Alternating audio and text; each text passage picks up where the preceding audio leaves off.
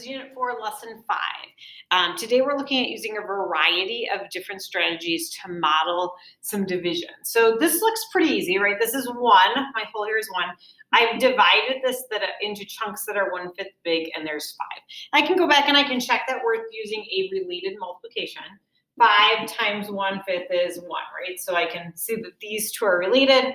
They're both demonstrated by this. This one, though, however, is a little bit different. I'm starting with a fraction. My full tape diagram is worth a half. I'm still dividing it into chunks that are 1/5 big, right? And I can see I've got 1, 2, and then I would have had to cut this one in half, right? And we're tempted to say this is a 1/10 because it's half of a fifth, and that's how much it would be worth. But that's not what I'm looking for. I'm not saying how big is this chunk in relation to one whole. I'm saying how many groups of 1/5 are there? And so there's one group here, 2 groups here, and then this is half of a group. So my answer is 2.5. Now, if I check that using multiplication, right, I've got 2.5 times 1/5, and probably the easiest way for me to multiply this is to turn this into an improper fraction. So this would become 5 halves times a fifth.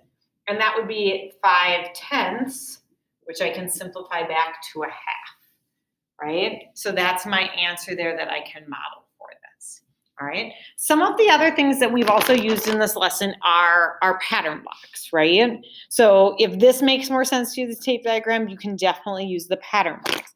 We've also got a ruler on our homework, and I like to use this even like this. So if I was given an amount, let's say this is 3.5, right?